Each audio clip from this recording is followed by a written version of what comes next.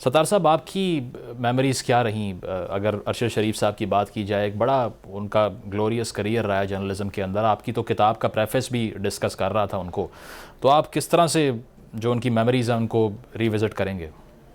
میں صبح سے بیپر بھی دے رہا ہوں اور شو بھی جو ہوتے ٹرانسمیشن نہیں ہوتی ایک بالکل اسمال ٹائم ٹرانسمیشن، اس میں کر رہا تھا. کئی باتیں میں نے کی، تو ایک بات تھی کہ میں نے ایک کتاب لکھی ہے ڈارک ٹاور آف اکاؤنٹیبلٹی، اور نیب کی میں نے پرفارمنس ایویلیوشن کی.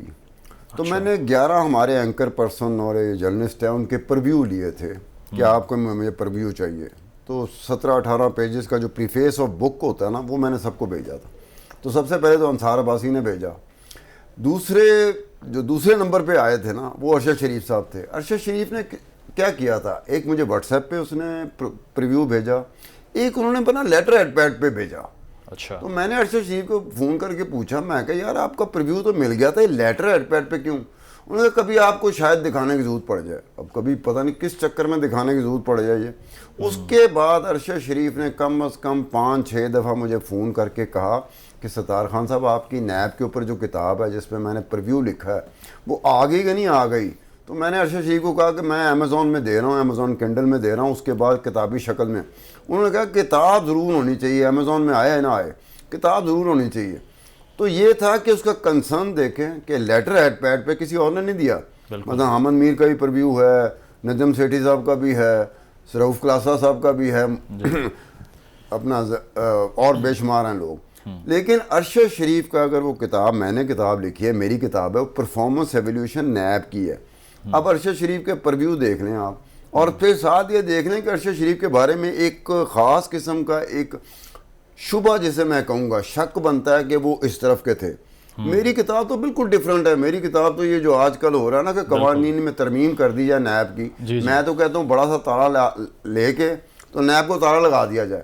اب اس میں ارشد شریف کا انٹرسٹ، اب ایک طرف تو ارشد شریف کے بارے میں یہ کہا جاتا تھا کہ جناب ان کا ٹلٹ ہے ایک طرف، تو دوسری طرف میری اپنی کتاب ہے یار، جتنا انٹرسٹ ایسے لگا جیسے اس نے کتاب لکھی. میں نے ارشد شریف کو بھی کہا، میں کہا ارشد شریف کتاب میں نے لکھی ہے.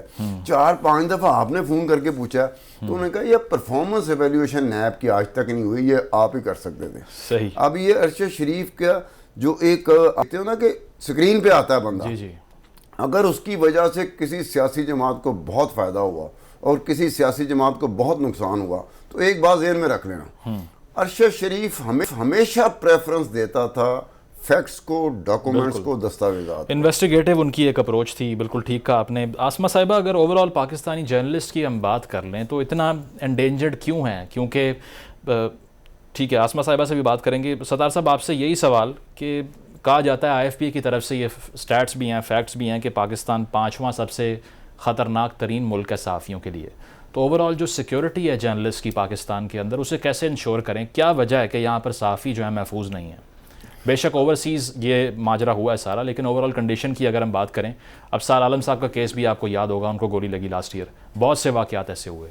اچھا، یہ جو گولیاں لگتی ہیں نا، اگر آپ دیکھیں کہ حامد میر صاحب کو گولیاں لگی تھیں، 5-6 گولیاں لگی تھی، 4-5 گولیاں لگی تھی، لیکن اس میں جو غیر ذمہ داری کا مظاہرہ کیا تھا وہ سب سے زیادہ میڈیا ہاؤسز نے کیا تھا، میڈیا اینکر پرسن نے کیا تھا. صحیح. کہ وداؤٹ نوئنگ دی فیکٹ، بالکل ابھی وہ رات کو اس کو شفٹ کیا گیا ہاسپٹل میں، اور رات کو ہی پھر شو شروع ہو گئے اور عجیب و غریب قسم کی تھیوری چلنا شروع ہو گئی. صحیح. اب اس کانسپریسی تھیوری کا فائدہ کیا ہوتا ہے کہ جو حامد میر کو گولیاں لگی تھی، جو فائدہ اٹھانا چاہتا تو اس نے تو اٹھا لیا. کانسپریسی تھیوری پاکستان میں بہت پاپولر ہے. بالکل. کہ فیکٹس کا آپ کو پتہ ہے نہیں پتہ، کانسپریسی تھیوری نے آپ کو